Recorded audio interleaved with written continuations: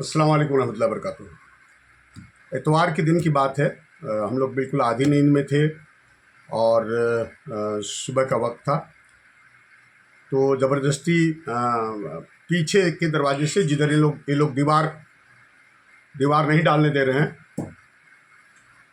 उधर से गलत तरीके से ये लोग घुसे, क्योंकि सामने गेट है और जिधर दीवार नहीं बनने दे रहा उधर ही से आए लोग और हम लोग को जगाया। देखा तो काफ़ी बहुत बड़ी भीड़ है, औरत मर्द सब लोग उसमें हैं और सबके साथ हम लोग के साथ बदतमीजी किया, धक्का दिया, मारपीट किया और उसमें औरत मर्द सारे लोग थे। अफसोस ये लगता है कि जब बात कोर्ट में चल रही है, कोर्ट में केस है, सैटरडे को केस था, सैटरडे को कोर्ट था और फिर अगले सैटरडे को सुनवाई होती। आपका को जो भी कहना है आप कोर्ट में कहिए, मैं भी कह रहा हूँ कोर्ट में। तो और दूसरी बात देखिए कि हमको जब से लगा कि इनसे अनबन चल रहा है, हमारा रिश्ता सही नहीं है, मैं कैसर साहब के आंगन में जाता तक नहीं हूँ, कदम नहीं रखता हूँ उनके यहाँ। वो कितनी बेशर्मी से लोग, सारे लोग, जब होता है ये जिधर दीवार नहीं डालने दे रहे हैं उधर ही से घुस आते हैं और घुस के उसमें जानवर भी चराते हैं और आके वो डराते धमकाते भी हैं गलत तरीके से। मैंने इसीलिए दीवार नहीं डाल रहे हैं ताकि कभी भी हम इसमें आ सकें, इन लोग के घुस के इन लोग के साथ मारपीट कर सके, गलत कर सके कुछ। और हमारे ये 35 डिसमिल ज़मीन हमारे जानवरों के लिए और माल जाल के लिए और सारा वो कपड़ा सुखाने के लिए हमको ये जगह मिले।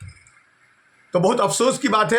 आप कल्चर देखिए किस तरह का है, बिल्कुल जिस तरह से लगता है कि एक डोम और दुसाद की फैमिली में होता है कि औरत मर्द बच्चे सारे लोग मिल के किसी को घेर लेते हैं और गाली गलौज, गंदी गंदी गाली गलौज करते हैं।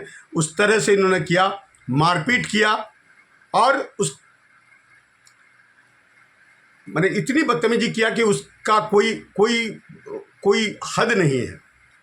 तो ये अब इससे इंटेंशन आपको साफ लगे। एक फ्लैट कब्जा किया पहले और फ्लैट कब्जा करने के बाद यहाँ जब हम एक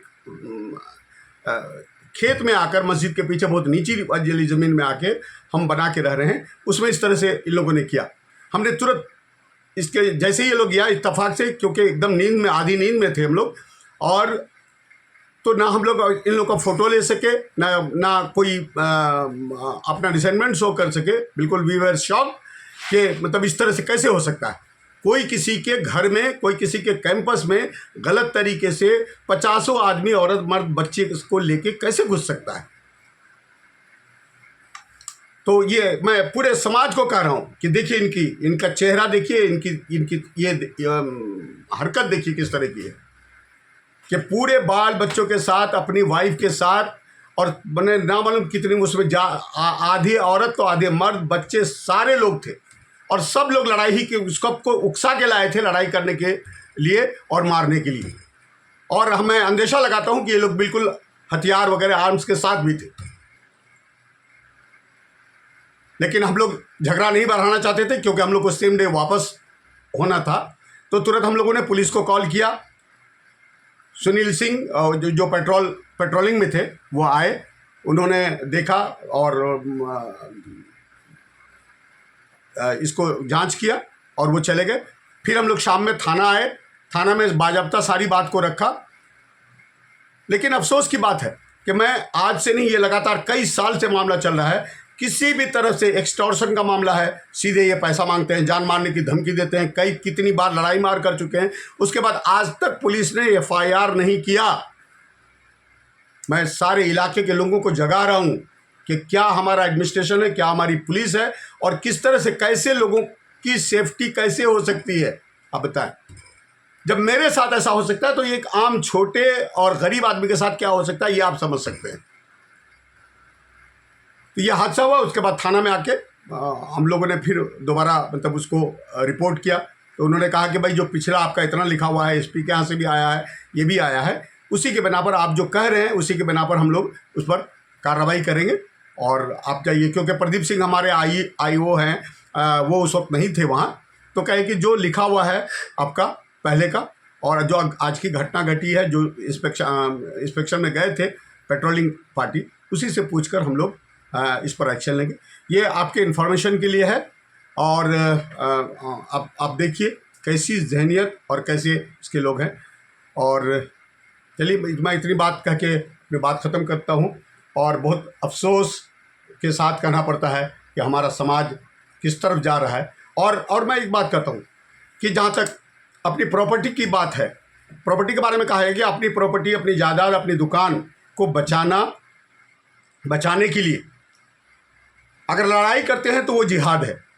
और उसको लड़ाई करते हुए अगर आप मारे जाते हैं तो वो शहीद होता है, शहादत का दर्जा है। ये हदीस है। तो मैं इस जज्बे से कर रहा हूं कि मैं अपनी प्रॉपर्टी, अपनी जायदाद को बचाने के लिए जो कर रहा हूं, ये मेरे लिए अभी बिल्कुल एक जिहाद है।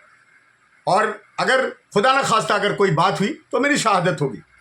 और इन गंदे लोगों को कोई ये समझाए कि हुजूर सल्लल्लाहु अलैहि वसल्लम के ताइफ के लोगों ने बिल्कुल मार के लहूलुहान कर दिया, क्या आज भी उन मारने वालों को कोई जानता है क्या? और हमारे हुजूर सल्लल्लाहु अलैहि वसल्लम हर आदमी के दिल में है। और हुजूर सल्लल्लाहु अलैहि वसल्लम वो अल्लाह के नबी हैं, इस पर सबका ईमान है। और पूरी दुनिया के बेस्ट इंसानों में है और नबी हैं। उसी तरह अबू हुसैन रज़ी अल्लाह तआला को ले लीजिए, उनको गर्दन काट के इस पर लटका दिया गया, सारे लोगों को नेजे पे चढ़ाया गया। तो क्या यजीद जिंदा है या हुसैन जिंदा है? ये गलत करने वाले ये यजीद हैं, ये इज़राइल है, ये नेतन्याहू की राह पर चलने वाले लोग हैं। ये समाज के गंदे लोग हैं जो इस तरह की हरकत करते हैं। और आप सबको चाहिए कि खुलकर मुखालफत करें ऐसे हरकतों की। और पुलिस एडमिनिस्ट्रेशन को भी चुस्त व दुरुस्त करने के लिए अपने विधायक, अपने एमएलए और एसपी, डीएम सब जगह आप इस बात की चर्चा करें कि लोगों की सेफ्टी हो और सिक्योरिटी हो और इलाके में अमन हो और इस तरह की हरकत कोई ना करे। अल्लाह हाफिज़।